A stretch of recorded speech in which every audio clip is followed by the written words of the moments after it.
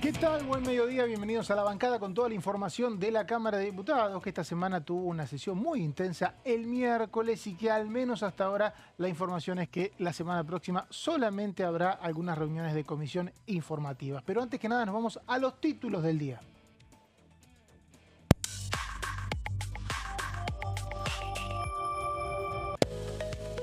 Acuerdo con el FMI, con 129 votos a favor, 108 en contras y 6 abstenciones, fue aprobado el DNU en la Cámara de Diputados el último miércoles.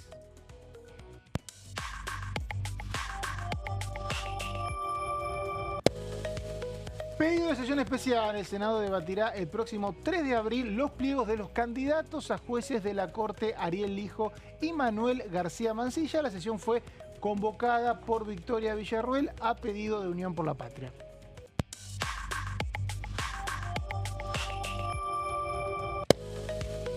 Caso Libra, tienen dictámenes los proyectos para crear una comisión investigadora. Esto fue, recordemos, el último miércoles, entre medio de las dos sesiones, la que aprobó el DNU del Fondo Monetario Internacional y la que intentó sin éxito tratar las cuestiones previsionales. Ahora este proyecto para crear una comisión investigadora está listo para ir al recinto.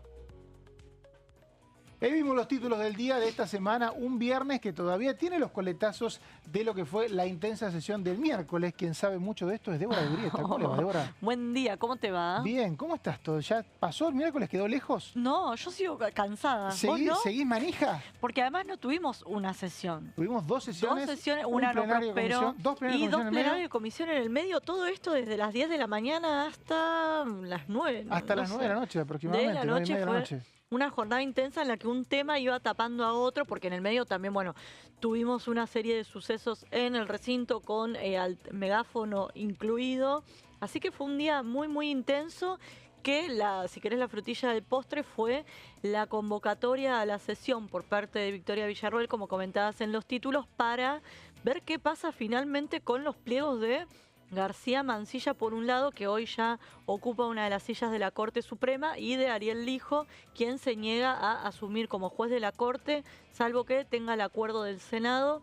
Así que bueno, eso se sabrá, veremos, el 3 de abril. Y en el medio, no sé si hoy leíste los diarios antes de venir para acá. Sí, que corresponde. ¿Corresponde? Sí, bueno, sí, por ahí corresponde. estabas haciendo otras cosas, qué sé yo. Pero en Casa Rosada ya hacían trascender que, ¿te acordás de esos famosos pliegos que iba a enviar el Poder Ejecutivo? Hay 150 vacantes en la Justicia Federal. 150, vamos a anotar acá. Tiene que enviar, aproximadamente es el número, y los tiene que enviar el Poder Ejecutivo. Bueno, hay 150 vacantes, se hablaba. Un día dieron una conferencia de prensa, no sé si no fue el mismo Amerio, que anunció que se iba a enviar una cincuentena de pliegos. A fin de año. A fin de año, justamente para empezar a negociar no solo los nombres del Lijo y Mansilla, sino un poco más amplio, que por ahí a los gobernadores les puede interesar algún que otro nombre. Eso no prosperó. Hay que ver si en estas 2 semanas, en esta ventana de tiempo que se abrió con la convocatoria, que debía haber sido para ayer, pero que es para el 3 de abril, a ver si prospera. Esto es una negociación que hay que verla como lo que es, ¿no? O sea, por ejemplo, si un senador de un bloque presuntamente aliado, que puede ser la UCR, vota en contra de los dos pliegos, después no puede enojarse porque el Poder Ejecutivo envía un candidato a juez que no quería. Bueno, exactamente. No puede llamar, pierde el contacto, ¿no? Se le rompe la línea telefónica. Bueno. Entonces, en este caso, yo estaba haciendo... Estás poniendo mucha presión a los gobernadores. Claro, estaba haciendo un poroteo recién. Es muy interesante porque se necesitan para aprobar los pliegos de la Corte. Todos tenemos en la cabeza el número, 48 votos, 2/3 del total de los miembros de la Cámara. Pero, como bien tiene Débora en el borde de la lengua, lo que dice la Constitución es de los miembros presentes. ¿Qué pasa si algún senador radical dice, no, a ver si yo no voy a votar en contra, si total después me pierdo la posibilidad de poner un juez federal y me voy? Baja el número necesario para llegar a 2/3. O sea que esto es una lotería. Es una lotería y por eso por ahí miramos más el número 25.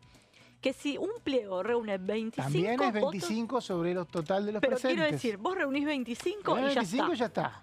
Te garantizás todo, es más fácil llegar a 25 que 48, me parece, en este escenario. Y algo que dice Caro Ramos, alguna vez lo escuché y me quedó grabado, y es que muchas veces los legisladores nacionales votan con la cola, justamente dando o no quórum, presentándose o no en el recinto. Así que hay que seguir muy, muy de cerca, no solamente los que estén acá en el recinto ese 3 de abril. Ojo, capaz que ni siquiera hay quórum y se sigue posponiendo el asunto, porque lo que te dicen en Unión por la Patria, que son los impulsores de esta sesión, es que ellos tendrían cerca de 20 Tendría cerca de 20 para el pliego para el del hijo. No así el de Mansilla, que ya te dicen, ese lo rechazamos.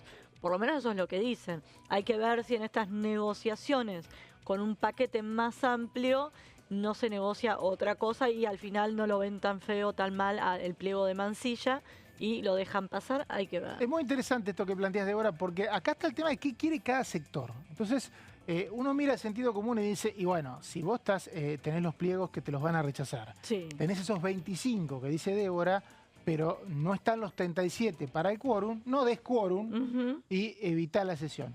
Y lo que uno escucha de las usinas oficialistas y también de algunos aliados es, no, basta, no se puede estar todo el año especulando de cuándo se trata, que se traten y que se rechacen. De última, ya el plazo, hasta después de noviembre, si no se tratan, se caen. O sea que la actitud que hay del gobierno, e inclusive tengo entendido que algún que otro candidato de la Corte también es, no, den quórum y si se cae, se cae.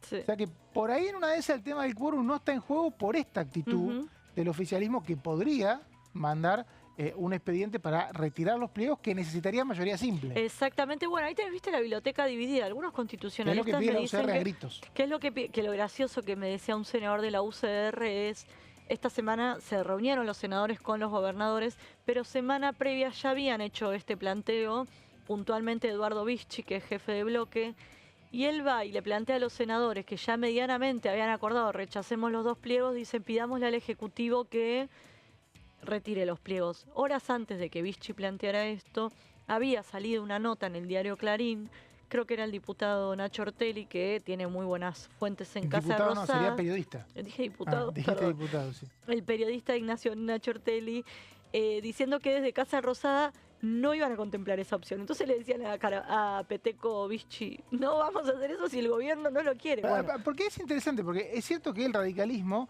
o los aliados, los presuntos aliados, o los que no saben si ser aliados o no, se sacan un problema de encima, se retiran los pliegos.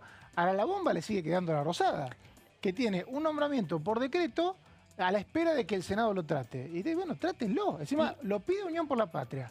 Lo acepta la Casa Rosada, en la sesión, digo. Sí, sí. Y hay un grupo de los que están en el medio, los sectores del medio, que dicen, no sesionemos. Y creo que son minorías, ¿eh? Pero algo que hablábamos recién en consenso con las chicas, y es que tiene que ver... ¿Quiénes son las chicas? Las chicas son Meli y Dani. Hablábamos de que en el caso de Ariel Lijo, son varios los senadores que dicen, yo tengo que ir y poner la cara y rechazarle el pliego a un juez que tiene... Varios juzgados. Varios juzgados, y su muchas terminales, muchos vínculos, muchos contactos. Y a mí algo que me decía un senador que me quedó grabado es, después de rechazar el pliego del hijo, un senador no va a querer ni cruzar un semáforo en rojo porque no saben a dónde puede terminar, qué puede pasar. Y algo que decía Dani, que también es muy cierto, que más de uno puede terminar levantando la mano porque le deba algún favor o al hijo o algún vínculo. No es inocuo lo que hagan. En cambio, esta actitud que está teniendo el Senado de no tratar los pliegos, como no se trató el pliego del procurador, del candidato a procurador, recordemos, Daniel Rafecas, durante 4 años. 4 años. Entonces, no hay defensor del pueblo hace 15 años, ya 16. Sí. Es una actitud que hay que empezar a evaluar, porque si la Constitución dice 2/3, el Senado ni siquiera va al recinto para buscar 2/3, entonces empiezan a quedar todas las vacantes. Vacante del procurador, vacante de la Corte, vacante de otros organismos.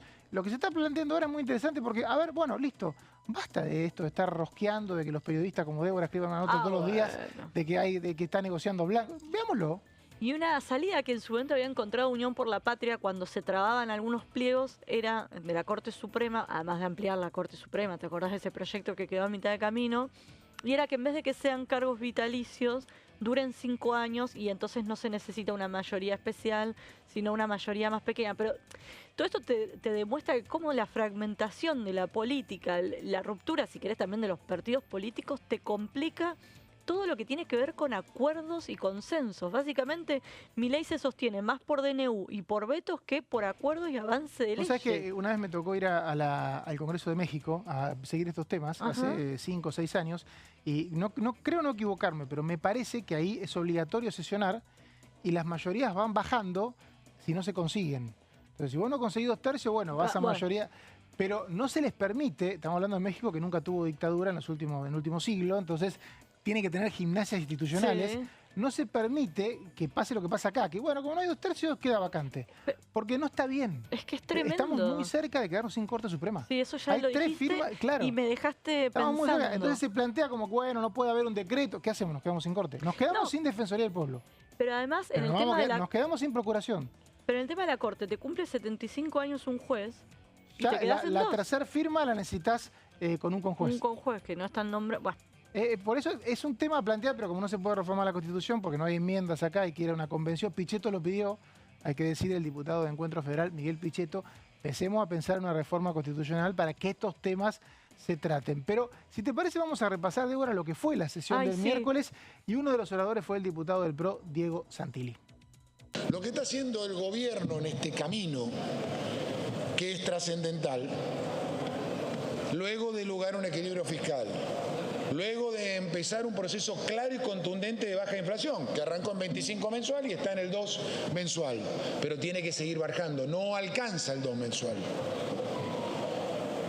Es sanear el Banco Central, pilar institucional clave de cualquier país del mundo. El Banco Central de la República Argentina ha sido saqueado en términos de dólares. Entonces, obviamente necesitamos dólares, pero los dólares no se generan de la noche a la mañana. Ya hemos probado décadas y años devaluando. Y yo sí estoy convencido del camino. ¿Saben por qué? Porque nos decían que las empresas públicas no podían ser rentables. Y hoy lo son. Hasta Aerolíneas fue rentable y cumplió su propósito de integrar la República Argentina. Porque Corredores Viales, que tenía un déficit de 210.000 millones, pasó a tener superávit en junio del año pasado. Y obviamente nos faltan un montón de cosas más, como mencionaban algunos colegas anteriores, pero si no arreglamos la base del problema argentino, no vamos a salir adelante. Entonces, presidente, una vez más, este Parlamento se sienta a debatir un nuevo acuerdo. Y una vez más, a nosotros como bloque del PRO, nos tocó en la reunión de la Comisión Bicameral del día de ayer y en el día de hoy poner lo que hay que poner arriba de la mesa para que la Argentina tenga una nueva oportunidad, para que de una vez por todas resolvamos y entendamos todos que el Banco Central es la plata de los argentinos, no de un gobierno o de otro gobierno, que hay que cuidar nuestras reservas. Y para que entendamos de una vez por todas que la gente no puede esperar un minuto más ni un día más. Un minuto más es una pyme que no produce. Un minuto más es un argentino que no desarrolla. Un minuto más es un pobre que no sale de ser pobre, que es lo que necesita. Entonces, ¿cómo no vamos a acompañar esta hoja de ruta? Porque el gobierno cumplió con la baja de la inflación, cumplió con el equilibrio fiscal, cumplió gran parte de lo que dijo que iba a hacer y lo está haciendo. Diego Santilli, que fue noticia esta semana, Débora, por la reunión que hubo en La Rosada y el posible acuerdo de la Libertad Avanza del PRO en la provincia de Buenos Aires. Exactamente, ¿no? Estuvo reunido en Casa Rosada él, Cristian Ritondo, jefe de bloque del PRO, junto con Karina Milei, Javier Milei y Sebastián Pareja, que es el armador de la Libertad Avanza en la provincia de Buenos Aires, nada menos que en el despacho de Karina Milei, que es la que está al frente de ese partido, y hay que ver si... ¿Qué pasa en provincia de Buenos Aires? Si hay un acuerdo, usaron varias palabras, fusión, convergencia, lo que fuere. Encima, por ahora no está garantizado que se eviten las PASO. 13 de julio tendríamos PASO. ¿Plenas vacaciones de invierno? No, ahí en nomás. provincia de Buenos Aires no sabemos si hay PASO, no sabemos si se desdoblan las elecciones. No sabemos nada. Ayer hubo un intento de sesión que se cayó. Hay que ver si a fin de mes hay novedades en ese sentido, pero es una gran incertidumbre de la provincia de Buenos Aires. Es la más grande del país, tiene el 47% del electorado, que nunca desdobló las elecciones, o sea, no tenemos una perspectiva de cómo podrían hacerse. Yo tengo dudas y algún tipo de información de que no es tan fácil la logística, porque si vos nunca hiciste una elección y tenés, no sé si 27.000 urnas, una cosa así, pero Sí, es enorme. un número enorme, sí. Nunca supiste controlarlas, nunca supiste hacer el escrutinio, no lo vas a aprender de un día para el otro. Sí, ¿no? y a eso sumale que es una provincia que le preocupa mucho al gobierno nacional, incluso al ministro de Economía, Luis Caputo, porque si llegara a ganar el kirchnerismo, la lectura que hacen es temen por la reacción que pueden tener los mercados. Por eso lo que se analiza es una alianza pro la Libertad Avanza, porque de ir separados le podría allanar el camino al peronismo en la provincia de Buenos Aires, que es hoy en día uno de los pocos bastiones que le queda, si querés, al kirchnerismo, Sí, ¿no? el lunes yo recordaba, mientras estaba esta foto que decía Débora de referentes del PRO de la provincia de Buenos Aires en la Casa Rosada, nos enterábamos, creo que estábamos acá con vos, Puede ser. de que iba a haber una sesión el miércoles. Uf. Hace una semana no lo teníamos claro. Pensábamos que se iba a demorar 1 o 2 semanas. ¿Te acordás? Porque el decreto, el que finalmente fue avalado, necesitaba un dictamen esta semana, pero no la semana que viene. Aún así, hubo una apuesta y el dictamen salió en una tensísima reunión de comisión. ¿Cuántas cosas pasan? Encima fueron 2 horas de gritos y peleas con los funcionarios del Ministerio de Economía ahí sentados esperando. Ahí otra vez fue noticia Oscar Sago. No solo fue noticia la semana pasada por el cruce que tuvo con Almirón, sino ese día porque quedó al frente nada menos que de la comisión bicameral que se encarga de dictaminar la legalidad o no de los decretos de necesidad y urgencia. Después de un empate 8-8, que algunos hacían el chiste con el Chiqui Tapia, ¿te acordás del famoso empate en la AFA? Bueno, se resolvió. Acá le cuento a la gente, por ahí alguien se engancha, los empates son predecibles, todos los periodistas, los diputados, los senadores sabemos cómo van a salir esas votaciones. Lo que no es habitual es que si hay empate, vayan a mostrártelo.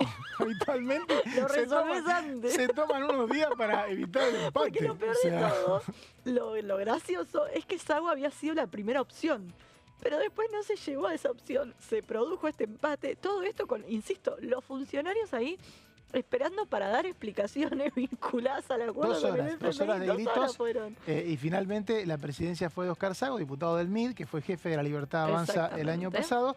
Y la Libertad Avanza intentó sin éxito la reelección del senador Juan Carlos Pagotto. Hay antecedentes de legisladores de un mismo bloque, del mismo, recinto, de misma cámara, sería lo Exacto, correcto, porque se tiene que alternar. que repitan una presidencia, creo que fue Marcos Clery, Marcos Clery, exactamente. de Unión por la Patria, en realidad de Frente de Todos en ese momento, que repitió la presidencia, pero en este caso se privilegió una votación y bueno, finalmente Sago es el presidente de esta comisión, que si un decreto pasa 10 días, no pueden usarse la comisión. Pero ya resolvimos el tema de la presidencia. Ya resolvimos el tema de la presidencia. Y mi pregunta a los diputados de la Libertad Avanza era, ¿por qué no lo propusieron a Lisandro Almirón?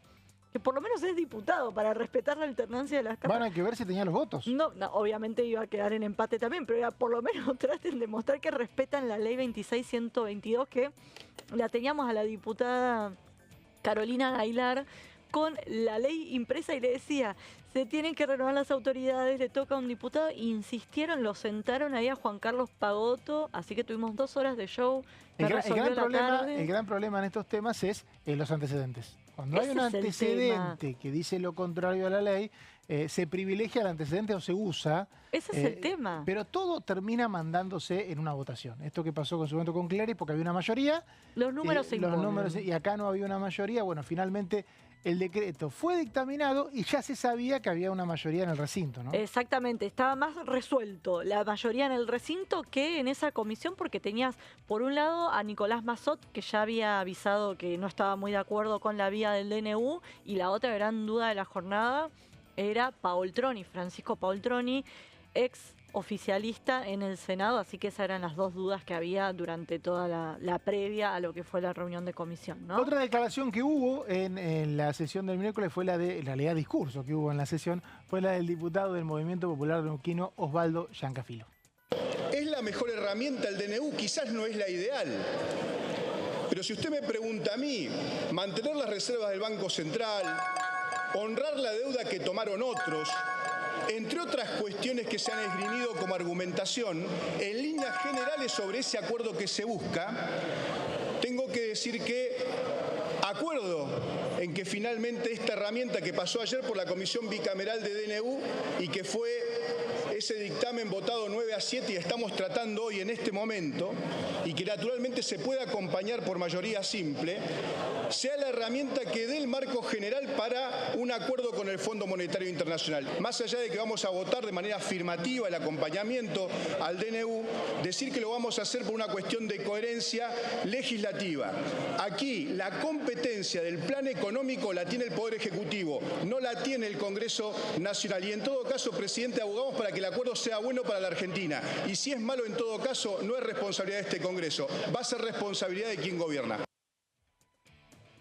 Escuchábamos a Giancafilo, uno de los aliados del gobierno que, como decía Débora, tenía el camino allanado, lo supo el lunes para tratar este DNU y finalmente fue aprobado. De hecho, no hizo falta que ningún integrante de Unión por la Patria ayudara con el quórum, ¿no? No que ayudara con el quórum, pero hubo algunas ausencias, pero de todas maneras los votos estaban porque salió 129 a favor, 108 en contra y 6 abstenciones. O sea, ninguna persona de Unión por la Patria votó a favor y tampoco dieron quórum. ¿Cómo tampoco? Hubo algunos que no dieron quórum, que Ninguno hubo dio faltazos. quórum de Unión por la Patria. Ah, perdón, no hubo faltazos, perdón, en la votación. Hubo faltazos en la votación, pero una votación que también te da un número engañoso, porque ese 129 es muy engañoso. ¿Por qué? A ver. Porque como se sabía que no había... A ver, convengamos, se necesitaba mayoría simple, o sea, la mitad más uno de los presentes. Como se sabía, se había llegado al quórum fácilmente, se sabía que no había una coordinación para juntar una mayoría en contra. Hubo varias abstenciones un poco o ausencias que fueron pactadas en función de, bueno, no va a pasar nada. Claro, no cambiamos el nada. Por lo menos 4 o 5 votos uno calculaba que iban a estar por encima. El número deja al gobierno bien porque fue aprobado, pero bueno, es fuerte porque el 129 es la mayoría simple justa, ¿no? Justito, es el quórum, podemos decir. Es el quórum, ¿no? Exactamente. Si se iban todos, había quórum justo. Pero todos los que no votaron a favor. Claro, pero lo cierto es que si el gobierno hubiese necesitado más votos, los podría haber conseguido. Sí, los podría haber conseguido y varios jugaron a las escondidas, un poco por la queja de que el acuerdo con el fondo no viniera en formato de proyecto de ley, ¿no? Que es lo que se esperaba. Y con el DNU, ¿qué ocurre? Necesitas una sola cámara, porque si lo rechazan los dos, queda invalidado, por lo tanto, si una cámara lo avala, queda validado. Y esto es un poco lo que me decían ayer algunos libertarios de esta Cámara, buscaban, porque se espera que haya una negociación con el fondo que termine de definir la letra chica en abril. Y me decían, las próximas 2 semanas con los feriados no iba a ser fácil sesionar. Eso me decían los propios libertarios, que se les complicaba y mucho porque hay feriados y se van muchos a España esta semana. Bueno, de hecho la Comisión de Previsión Social, que fue convocada para tratar los temas de moratoria previsional, fue convocada para el 9. Y acordate de la baja edad de imputabilidad. Tema que por todas estas sesiones y los feriados que vienen también se sigue posponiendo. O sea, aquí vamos a estar aprobando este tema, validando el DNU a mediados de abril, por eso... creo que también se decidieron apurar el decreto en la comisión con este espectáculo que vimos el martes, que el 27 creo que se cumplían los 10 días. Si esperaban al jueves 27, hubiéramos tenido la posibilidad de tener la sesión de este miércoles sin dictamen. Porque sin dictamen, aclarémosle a la audiencia, se requerían 2/3 para la aprobación del DNU si se trataba esta semana. Porque son 10 días. Exactamente, si se trataba dentro de esos 10 días, 2/3. Bueno, muy también déjame una cortita antes de irte, Débora. Comisiones investigadoras, pedidos de informes, proyectos de interpelación sobre caso Libra, ¿qué hay? Bueno, se dictaminaron una serie de proyectos de ley vinculados a que vengan funcionarios a rendir cuentas si querés, acá al Congreso, además de la comisión investigadora. Lo cierto es una moneda en el aire. ¿Cuáles van a ser los funcionarios que van a rendir cuentas? Yo apuesto que va a venir Guillermo Francos. Bueno, el punto es que quiere el gobierno que venga en el formato de informe de gestión, que tiene que hacerlo. Eso no quieren. Y eso no quiere y que no se aplique la interpelación. Vamos a una pausa, enseguida volvemos con más La Bancada.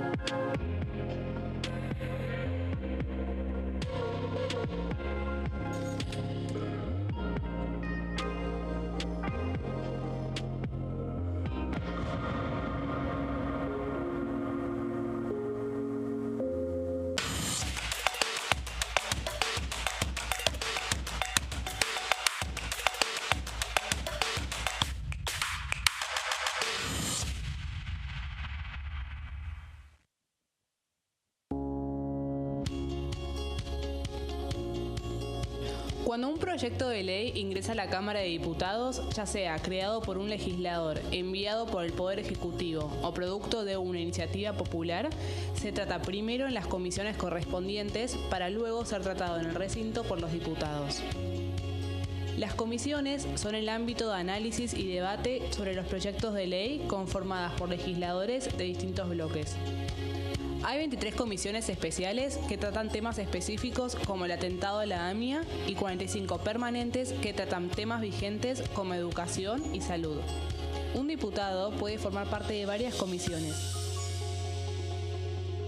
Cada comisión se compone de un presidente, un vicepresidente y de 3 a 5 secretarios. La duración de los miembros de las comisiones permanentes y especiales es de 2 años. Para que la comisión funcione debe tener quórum, es decir, un mínimo de 15 y un máximo de 31 a 49 diputados. Las autoridades son elegidas por los propios integrantes de las comisiones, que a su vez son elegidos bajo consenso por sus propios bloques. Para que un proyecto sea tratado en el recinto, debe contar con el apoyo de la mayoría de los integrantes de esa comisión. Al finalizar una reunión de comisión, se dictamina sobre la pertinencia de tratar el proyecto en el recinto. El dictamen propone una resolución o decisión sobre una o varias iniciativas o proposiciones.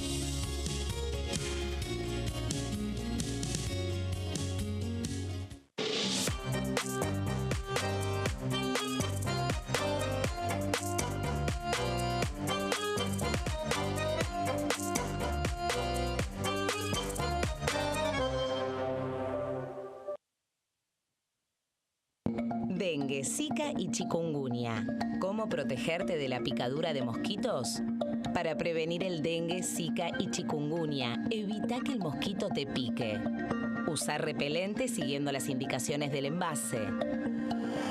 Cubrí brazos y piernas con ropa clara. En casa, pon espirales o tabletas. Usa tules o mosquiteros sobre camas o cunas. Coloca mosquiteros en puertas y ventanas.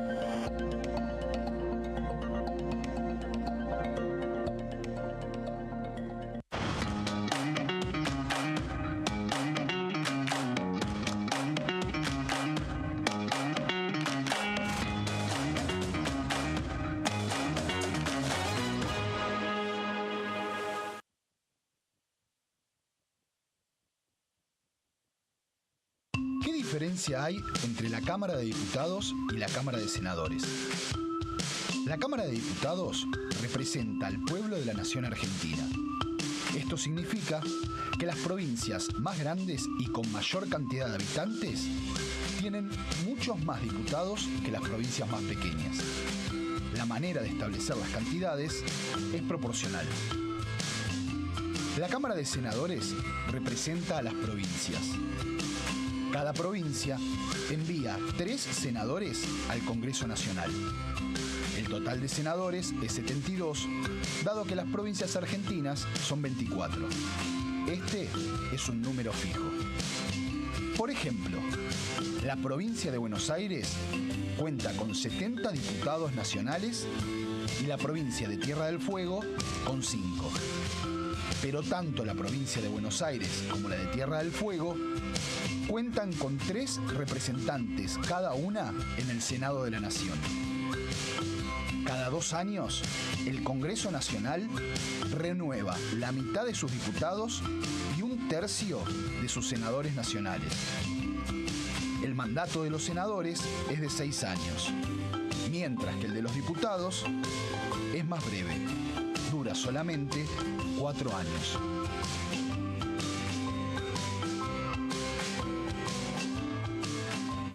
En este momento millones de niños y niñas tienen desnutrición severa. Algunos están tan débiles que apenas pueden pararse. Pero con tu ayuda podemos salvar a los niños. Este alimento terapéutico listo para usar está lleno de vitaminas y nutrientes esenciales que ayudan a los niños y a las niñas a recuperarse de la desnutrición. Gracias a personas como vos, ayudamos a salvar a millones de niños cada año. Da un simple paso. Dona ahora y ayúdanos a seguir salvando vidas.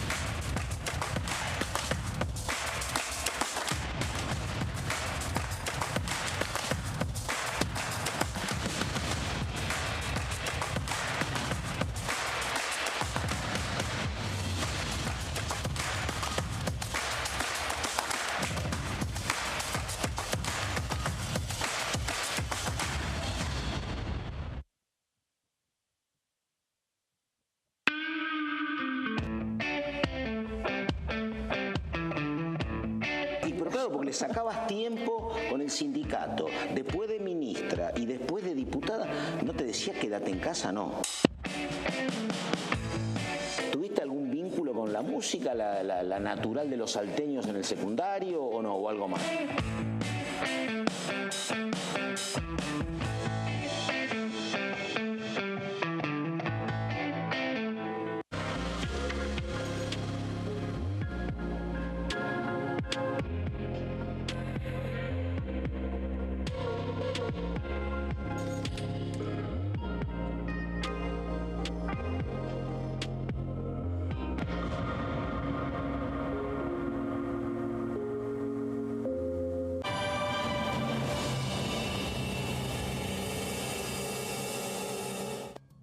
Seguimos en la bancada con toda la información de la Cámara de Diputados y renovamos plantel. Gonzalo Solabarrieta, ¿cómo anda? ¿Cómo anda, Mauri? ¿Bien? Bien. ¿Y Martín Delantale, cómo anda? ¿Cómo estás? ¿Bien? Bien. ¿Todo en orden? ¿Cómo les cayó la sesión? A ver, ¿ya bajó o siguen los coletazos? Yo creo que sí, que bajó un poquito la espuma y ahora lo que se espera es un mirar hacia adelante y ver qué proyectos se vienen de aquí en adelante, ¿no? Teniendo en cuenta que después de la sesión hubo dictámenes respecto al caso Libra, al tema de la baja de la imputabilidad, que ya tendría justamente la posibilidad de tener un dictamen, pero solamente faltaría esa reunión, así que atentos y mirando lo que viene.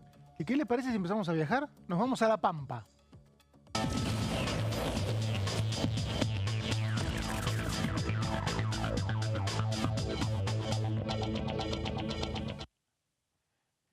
Acá cerquita nomás estamos en La Pampa con el diputado Ariel Rausenberger, diputado de Unión por la Patria. ¿Cómo le va, diputado?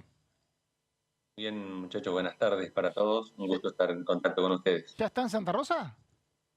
Sí, ya estoy en Santa Rosa. Llegué hoy de la mañana. Ya si le erraba, no me acordaba si era de Santa Rosa, de Pico, de alguna ciudad. O sea, ¿tenemos representantes de otra ciudad en el Congreso o solamente hay de la capital? No, yo soy de Bernasconi, un pueblo que está al sudeste de la provincia, y circunstancialmente me encuentro en Santa Rosa por ahí en la semana, pero el fin de semana, bueno, yo soy de allá y viajo. Esta tarde estoy viajando para mi pueblo. Claro, y su compañera creo que es de Pico, ¿no? No, mi compañera Lichi Marín es de Santa Rosa. Ah, de Santa Rosa también. Diputado, ¿cómo vio la sesión? ¿Qué balance hace? El Unión por la Patria, recién decíamos, ningún miembro de la bancada ayudó con el quórum, tampoco ningún miembro fue a votar a favor, sí hubo algunas abstenciones, en realidad ausencias. ¿Qué balance hace de la sesión? Bueno, en principio, una sesión que iba a tratar un tema tan importante como es el endeudamiento de la República Argentina con el Fondo Monetario Internacional, un nuevo endeudamiento. Entendimos que teníamos que tener más posibilidades de expresarnos, eso, bueno, una limitación en el uso del tiempo, en el uso de la palabra. Creo que este tipo de sesiones ameritaba que se hubiera debatido un poco más y, bueno, en nuestro caso, he tenido la posibilidad de más expresiones, y también del resto de los bloques, ¿no? En un tema que compromete el presente y el futuro de la Argentina. Y luego algunas cuestiones que se llevaron adelante en el transcurso de la sesión que no le hacen bien a la convivencia democrática, donde ya veníamos de una sesión muy conflictiva, casi que bochornosa diría, con lo sucedido en la semana pasada, de las trompadas entre diputados de La Libertad Avanza, y bueno, lo que sucedió también el día miércoles, creo que no hace bien a la convivencia democrática, no le hace bien a la relación que tenemos que llevar adelante los legisladores. Y bueno, creo que un poco eso, como un dato de color, ¿no?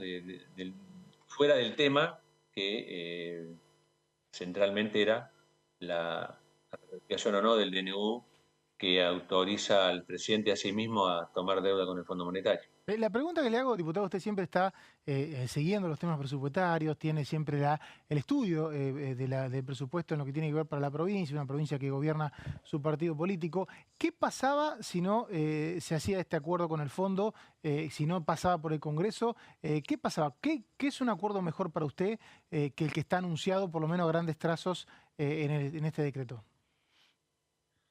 Mirá, el problema que existe con este acuerdo en particular es que, en mi caso no pude o no tuve los elementos suficientes para analizar si es o no beneficioso para la Argentina. O sea, primero el decreto tiene problemas en la forma, en el sentido de que la Constitución es muy clara, donde le otorga al Congreso la facultad de intervenir en el arreglo de la deuda tanto interior como exterior de la Nación, como en este caso, Y a su vez después tenemos una ley del año 2021 que establece que todo acuerdo con el Fondo Monetario tiene que pasar por el Congreso de la Nación. Ahí ya tenemos un problema desde el punto de vista de la ilegalidad. Y después, en relación al contenido, al fondo, digamos, de lo que sería el acuerdo, lamentablemente el único dato con el que se contaba, o con que cuenta el decreto, es lo del plazo de los 10 años y 4 años y medio de gracia, o sea, patear el tema para adelante, que quizás sea un acuerdo necesario, pero creo que acá lo que estaba faltando eran datos para poder tomar una decisión y, como te digo, si beneficiaba o no a la Argentina, o si lo va a beneficiar o no. Es como yo hablando por ahí con gente que te pregunta qué significa esto o cuáles son las implicancias, es como si yo voy a alquilar y que soy el gobierno o no, que voy a hacer contraer el crédito, y vos te pido que vos seas de mi garantía, sería el aval del Congreso. Entonces vos me vas a preguntar qué monto, o sea, cuánto es el monto del alquiler, yo no te lo sé decir. Me vas a preguntar si la actualización del alquiler es por el índice de salario o por el índice de la construcción o por el índice del inflacionario, y no me lo vas a saber decir. No sabes si hay qué comisiones me va a cobrar la inmobiliaria, bueno, eso tampoco se está sabiendo. Entonces vos no sé si responsablemente me vas a salir de garantía. Entonces, acá lamentablemente hubo muchas dudas, o sea, tenemos en realidad más dudas que certeza de lo que va en este acuerdo. Por eso es que desde el punto de vista de la responsabilidad no acompañamos. Y yo te digo, en el caso de mi provincia, yo lo que he escuchado de legisladores que han dicho que acompañan este acuerdo porque les va a permitir que sus provincias puedan endeudarse o refinanciar la deuda. Nosotros somos de una provincia que tenemos equilibrio fiscal desde el año 1983 a la fecha. Es una política de Estado el equilibrio fiscal, pero con un desarrollo productivo, no es el equilibrio fiscal por sí mismo. Y somos una de las provincias que menos stock de deuda tiene. Nosotros entendemos que a las provincias se la defiende votando a favor de todas aquellas leyes que nos han quitado, que nos han sacado recursos, y no para que, o sea, como que es un beneficio que pueda seguir endeudándote. La verdad que eso no lo compartimos por la posición histórica que tiene la provincia. Ahora, diputado, si no me falla la memoria, usted es el presidente de la Comisión de Economía, es decir, es un especialista en este sentido en la materia. Mucho se ha hablado como un justificativo o como un fundamento de aquellos diputados que acompañaron este nuevo acuerdo con el Fondo Monetario Internacional, más allá de darle gobernabilidad, de poder permitirle al gobierno llevar a cabo su plan económico, se habla del saneamiento del Banco Central. Es decir, que ahora ya no se le va a deber al Banco Central, el problema ahora pasaría a ser del Tesoro con el vínculo con el Fondo Monetario Internacional. Digo, ¿cómo podemos traducir bajando un poco a tierra, ¿no? Lógicamente, esta explicación? Y si pueden ustedes tomar algo positivo dentro de este saneamiento. A ver, todo lo que sea que tengamos tanto ordenado desde el punto de vista fiscal, económico, financiero, lo que es el Tesoro, lo que es el Banco Central, creo que es algo que es favorable. Lo que pasa que acá, después de la charla que dio el secretario de Finanzas, donde fue a la bicameral, que ahí tuvimos algún indicio de por dónde iba la cosa. Fíjate que nosotros hoy, el Tesoro le está debiendo al Banco Central estas letras intransferibles, que serían las que quisieran, o sea, que se estarían cancelando, sí. Y eso te genera una tasa de interés del 3% aproximadamente.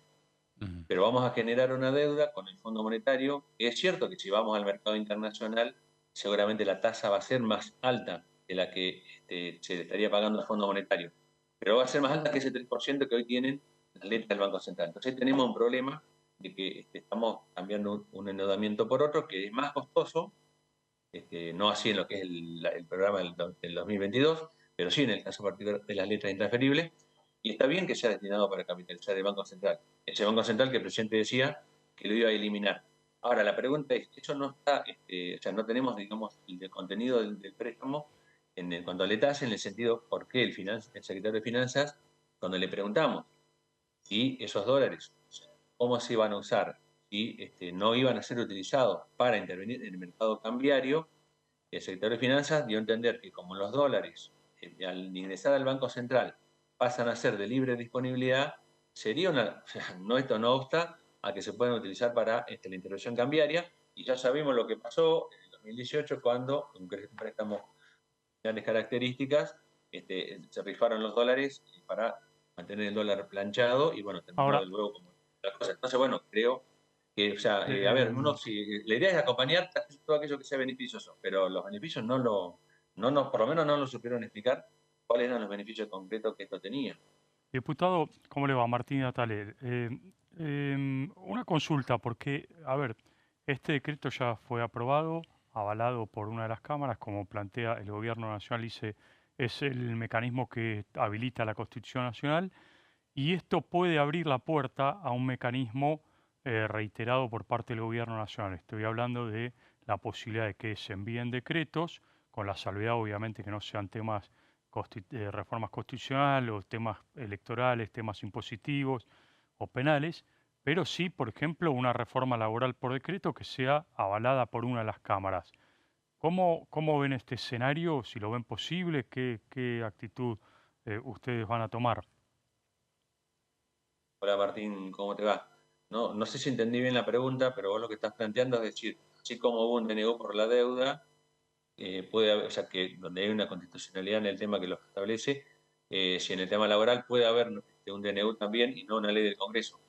Claro, digo, estoy hablando de reforma laboral, como puede ser otro tema que el gobierno avance por el lado de un decreto de necesidad de urgencia, teniendo en cuenta que en el Senado no tiene las facilidades para avanzar por un proyecto de ley. Entonces, esta metodología que se ha usado ahora podría llegar a ser repetida y eventualmente el gobierno se ampara en lo que plantea la Constitución, ¿no? Que un decreto avalado por una de las cámaras está habilitado y tiene sustento legal. ¿Qué dicen ustedes?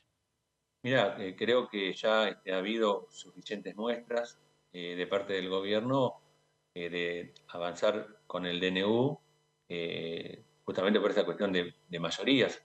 Incluso alguna diputada que apoyó el acuerdo dijo claramente el otro día en la sesión que el gobierno recurría al mecanismo del DNU porque no tenía los votos en el Senado, o no tendría los votos en el Senado para que si la ley se aprobara, hubiera mandado una ley, se hubiera aprobado en diputados, en el Senado se iba a aprobar. Entonces, ante esa duda, es que recurrió al mecanismo del DNU. Pero eso no habilita a que sea todo por DNU. O sea, para eso está la convivencia democrática.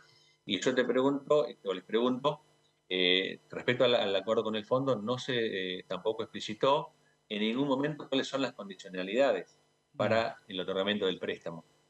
No sé, más allá del tema de si hay que tener o no unificación cambiaria, si el tema de la brecha o la no intervención del dólar. Ejemplo, un tema muy sensible como es la cuestión de los jubilados. Y lo que le costó la renuncia al director de ANSES en aquel momento, a Mariano de los Heros, cuando en una nota periodística dijo que el gobierno estaba estudiando una modificación, una ampliación de la edad jubilatoria. ¿Esto será un condicionamiento del fondo? En ese caso, seguramente que eso va a tener alguna dificultad también para avanzar en el Congreso. Que en ese caso el presidente puede llegar a sacar un DNU para, por ejemplo, ampliar la edad jubilatoria. La verdad que eso, que como se ha venido comportando hasta ahora, seguramente que es una conducta posible, pero bueno, creo que para eso están las cámaras, está el Poder Legislativo y por eso en su momento se trató y que no pudo luego avanzar un proyecto para modificar justamente el trámite legislativo en cuanto a los DNU, porque creo que se está haciendo un abuso, ¿no? de lo mismo. Diputado Ariel Rausenberger, de Unión por la Patria de La Pampa, gracias por el contacto. No, gracias a ustedes, que tengan buen fin de semana. Escuchamos al diputado, uno de los debates de esta semana, Martín Igonza, que tuvo que ver con esta cuestión de si el DNU se puede usar para una negociación de la deuda con el Fondo Monetario Internacional, cuáles son los riesgos. La respuesta del oficialismo es, y los DNU tienen varias materias vedadas y la negociación con un organismo internacional no es una de ellas, ¿no? Sí, claro. A ver, en su momento Macri ni siquiera mandó un decreto de necesidad de urgencia ni tampoco un proyecto de ley. En el gobierno de Alberto Fernández se envió un proyecto de ley, ahora se envía un DNU. Pero digo, me parece, por eso le preguntaba, la cuestión de fondo, pues es un tema que se está evaluando en estas horas en el gobierno, la posibilidad de que este mecanismo le fue redituable al gobierno y que se reitere. Estoy hablando de un decreto que sea avalada por una de las cámaras, porque hoy claramente el gobierno sabe que por el Senado es imposible aprobar un proyecto de ley, que en casos anteriores han hecho un análisis, tardan casi 4 meses cada proyecto de ley en sacarse.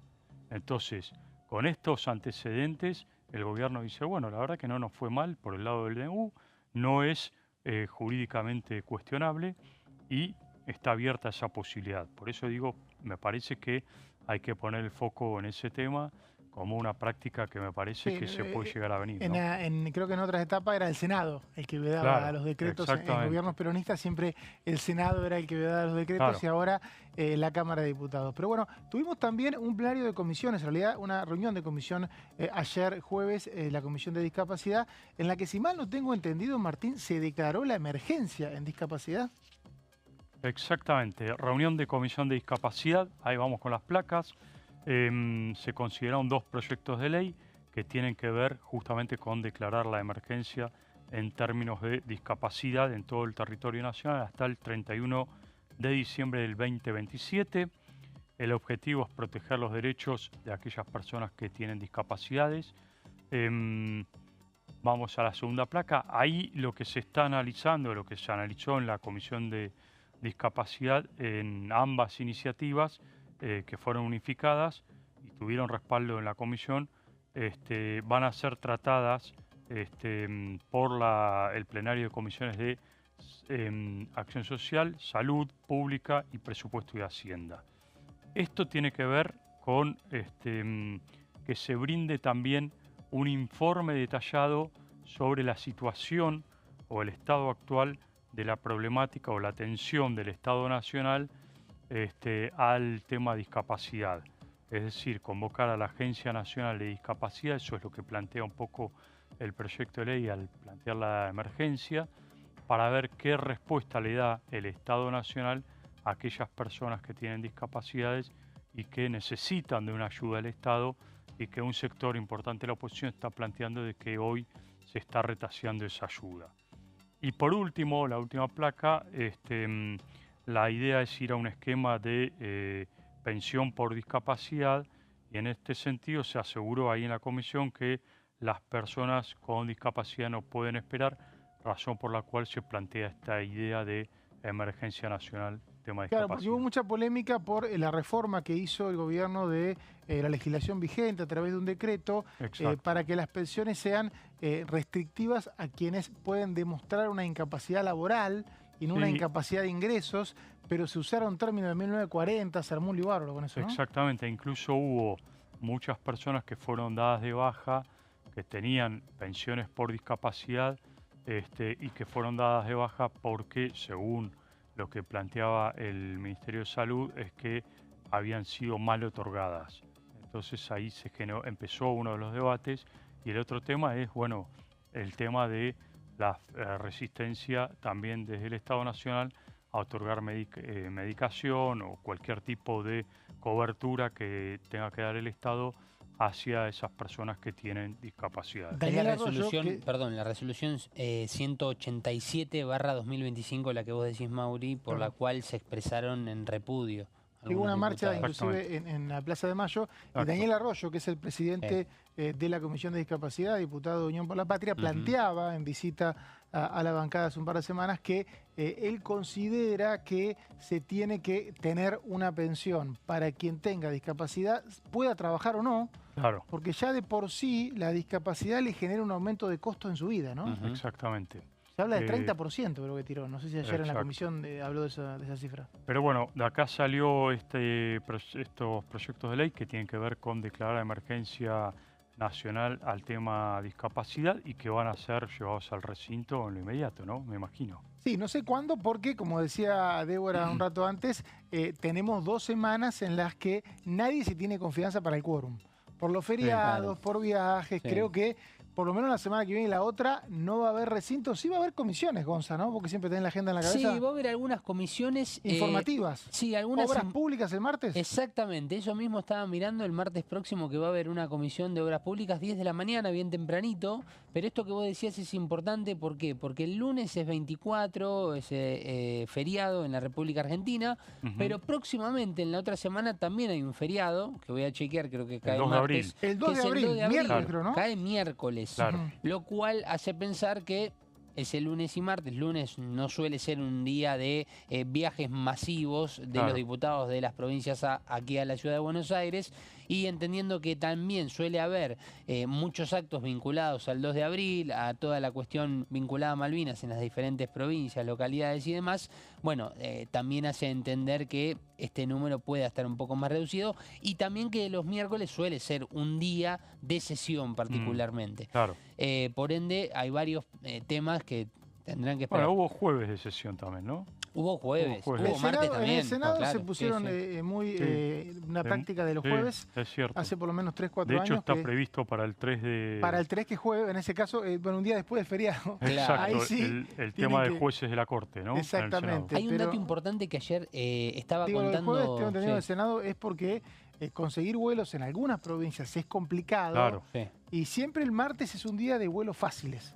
A nivel nacional, internacional. La gente le gusta viajar los lunes, o volver los lunes, viajar los viernes. Claro. Entonces en el Senado empezaron a tomarle gustito a viajar el martes y sesionar el jueves. Bueno, el secretario de Obras Públicas es quien está invitado a esta reunión informativa, Mauri, el martes próximo a las 10 de la mañana, que recordemos no es el 2 de abril que estamos hablando de cerca del miércoles, sino que es el próximo martes 25 tiene que de ver marzo. Una comisión en la que se va a debatir la parálisis de obra pública que hizo el Gobierno Nacional, que incluyó transferencias de mucha obra pública a las provincias para que continúe la gestión. Con un atenuante no menos importante, más allá de que estamos hablando de que hoy en día es una persona que está por fuera de lo que es el Poder Ejecutivo, más allá de que tenga tal vez diputados dentro de la Cámara y obviamente legisladores que están cerca a él. Mauricio Macri, presidente del PRO, expresidente de la Nación, lógicamente, cuando sucedió todo esto, lo de Bahía Blanca, recordemos, no solamente que solicitó que se junten el presidente de la Nación, Javier Milei, con Axel Kicillof por la problemática en dicha localidad, sino que además también habló de reactivar la obra pública. Algo que, más allá de que uno... Digo que el único que puede licitar ciertas obras es el Gobierno Nacional. Claro, entonces, ¿qué pasa? Uno dice, lo dijo Mauricio Macri, el expresidente de la Nación. No, pero claro, eso tiene rebote después en la Cámara porque hay diputados que responden directamente a la presidencia del PRO y que pueden llegar a poner un poco más de presión en algo que uno generalmente que ve en la Cámara, que diputados del PRO acompañan masivamente las propuestas del Gobierno Nacional o del oficialismo aquí en la Cámara. Bueno, aquí hablamos de un atenuante no menor. Y respecto a lo de la Comisión de Discapacidad que mencionabas recién, Martín, también se habló sobre no solamente un proyecto que tiene el socialismo respecto al trato digno, una especie de, no me sale la palabra, capacitación que quieren hacer dentro de los poderes del Estado, sino además también Eduardo Valdés tomó la palabra y habló sobre la importancia de que las personas con discapacidad puedan trabajar, pero siendo útiles. Ok, gracias Gonza. Un placer. Nos vamos a despedir, Un placer. ¿te parece? Se me fue la hora, perdón. Gracias por estar acá, Martín. Gracias. No, un gusto. Estuvimos en la bancada, nos vemos el próximo lunes a las 13 horas. Gracias.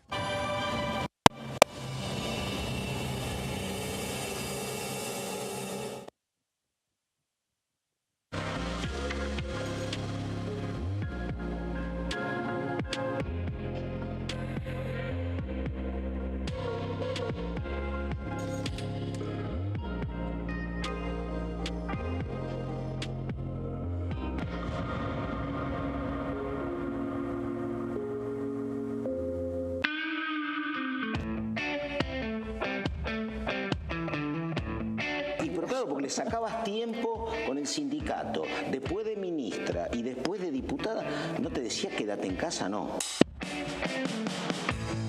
¿Tuviste algún vínculo con la música, la natural de los salteños en el secundario o no, o algo más?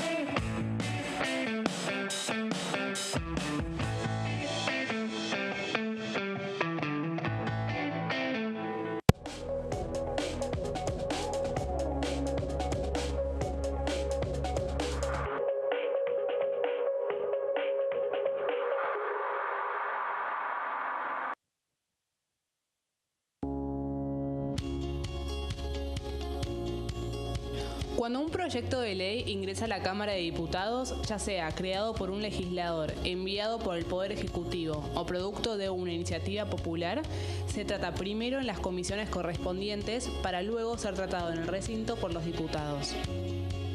Las comisiones son el ámbito de análisis y debate sobre los proyectos de ley conformadas por legisladores de distintos bloques. Hay 23 comisiones especiales que tratan temas específicos como el atentado a la AMIA y 45 permanentes que tratan temas vigentes como educación y salud. Un diputado puede formar parte de varias comisiones. Cada comisión se compone de un presidente, un vicepresidente y de 3 a 5 secretarios. La duración de los miembros de las comisiones permanentes y especiales es de 2 años. Para que la comisión funcione debe tener quórum, es decir, un mínimo de 15 y un máximo de 31 a 49 diputados. Las autoridades son elegidas por los propios integrantes de las comisiones, que a su vez son elegidos bajo consenso por sus propios bloques. Para que un proyecto sea tratado en el recinto, debe contar con el apoyo de la mayoría de los integrantes de esa comisión.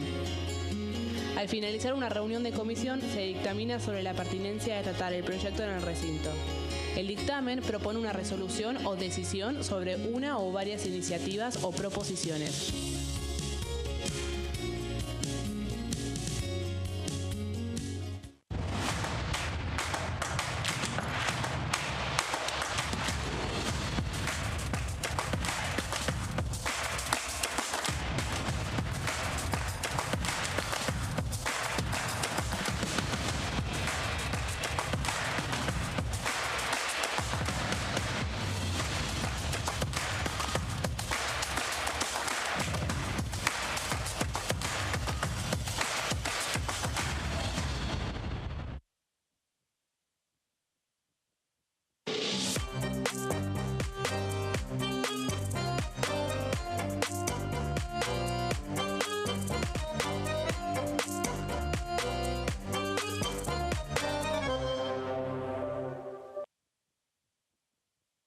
En este momento, millones de niños y niñas tienen desnutrición severa.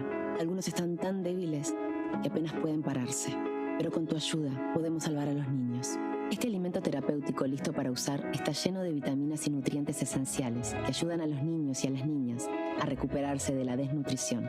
Gracias a personas como vos, ayudamos a salvar a millones de niños cada año. Da un simple paso. Dona ahora y ayúdanos a seguir salvando vidas.